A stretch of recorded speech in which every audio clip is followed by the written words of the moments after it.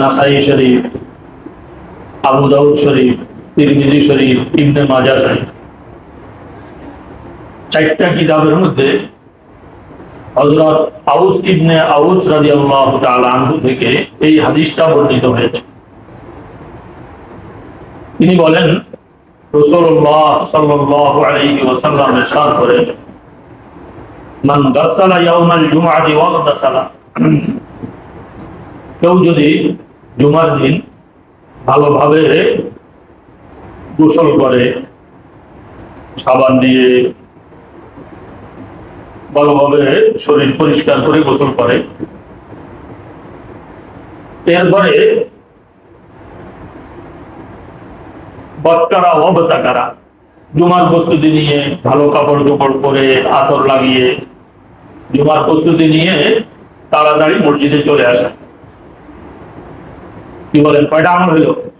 দুইটা। একটা হইল গোসল, আরেকটা হইল মসজিদের প্রস্তুতি নিয়ে তাড়াতাড়ি মসজিদে আসা। 3 নম্বর আমল, ওয়াদানা মিনাল ইমাম ওয়া মাসা ওয়া লাম ইয়ারকাব, বাসা থেকে আসার সময় হেঁটে হেঁটে আসছে, কোনো সাওয়ারিতে যানবাহনে চড়ে আসেনি। যতটুকুর ভিতরে সম্ভব হয় সেই ক্ষেত্রে এটা প্রযোজ্য হবে।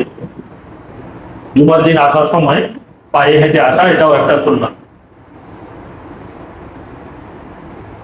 3 নম্বর আমল হলো এটা, মসজিদে পায়ে হেঁটে আসা।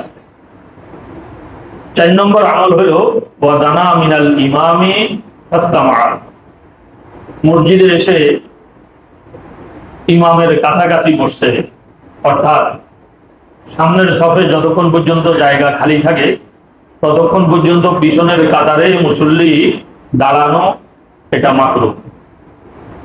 এটা জুমার দিনের ক্ষেত্রেও অন্যান্য দিনের ক্ষেত্রেও। আমরা অনেকেই এই বিষয়টা খেয়াল করি না।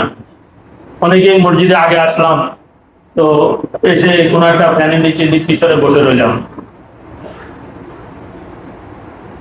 নিয়ম হলো, যিনি মসজিদে প্রথম আসবেন তিনি ইমামের বরাবর পিছনে বসবেন, এরপরে যিনি আসবেন তিনি তার ডান পাশে বসবেন, এরপরে যিনি আসবেন তিনি তার বাম পাশে বসবেন। এইভাবে প্রথম কাতার পূর্বে, এরপরে দ্বিতীয় কাতার শুরু হবে, দ্বিতীয় কাতার পূর্বে, এরপরে তৃতীয় কাতার শুরু হবে। কাতারের মধ্যে কোনো ফাঁকা থাকবে না। নামাজ চলমান অবস্থায়ও একই কথা। একামত দিতেছে, সামনের সফের দুই পাশে ডাইনে বামে জায়গা খালি আছে, কিছু মানুষ পিছনের দিকে দাঁড়ায় আছে, পিছনের কাতারে দাঁড়াইছে, দ্বিতীয় কাতারে দাঁড়াইছে। কিতাবে লেখে যে এদের নামাজ মাকরুহ হবে। সামনের কাতারের ডাইনে বা বামে জায়গা খালি আছে, কিন্তু এসে দাঁড়াইলো পিছনের দ্বিতীয় কাতারে। তো সামনের কাতারে জায়গা থাকা অবস্থায় সেখানে যদি না যায় তাহলে নামাজ মাকরুহ হবে। এইটা আমরা খেয়াল করি। মন মতে কেউ ডাইন পাশে দাঁড়াইলাম তো ওইখান থেকে কাতার শুরু করি, কেউ ফ্যানের নিচে দাঁড়াইছে তো তার পাশে এসে আরেকজন দাঁড়ায়। দাঁড়াইতে হবে ইমামের বরাবর পিছনে, এখান থেকে দুই পাশে লোক ক্রমান্বয়ে আসতে থাকবে এবং কাতার ঢুকতে থাকবে। এরকম না যে কোনো একটা ফ্যানের নিচে আমি দাঁড়াইলাম, আমাকে দেখে আরেকজন আসি আমার পাশে দাঁড়াইল। এটা দাঁড়ানোর সুন্নত তরিকা না, বরং এইভাবে দাঁড়ানো মাকরুহ।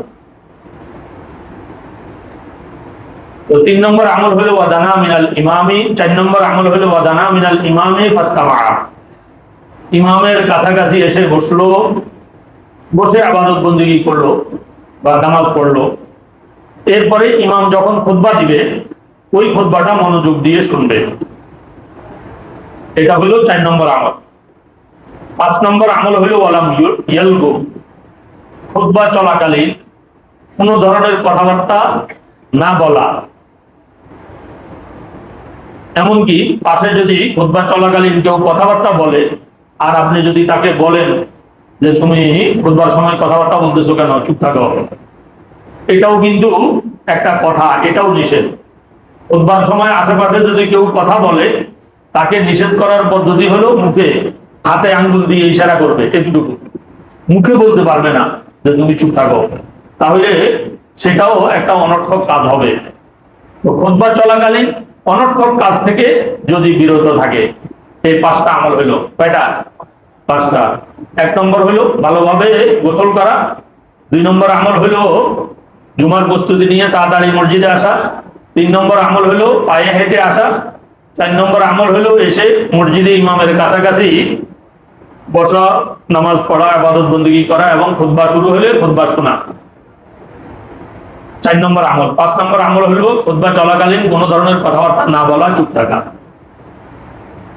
এই 5টা আমল যে করবে, এই হাদিসের 4টা কিতাবের মধ্যে এই হাদিসটা আসছে যে আল্লাহ পাক সুবহানাহু ওয়া তাআলা সে বাড়ি থেকে যখন রওনা করবে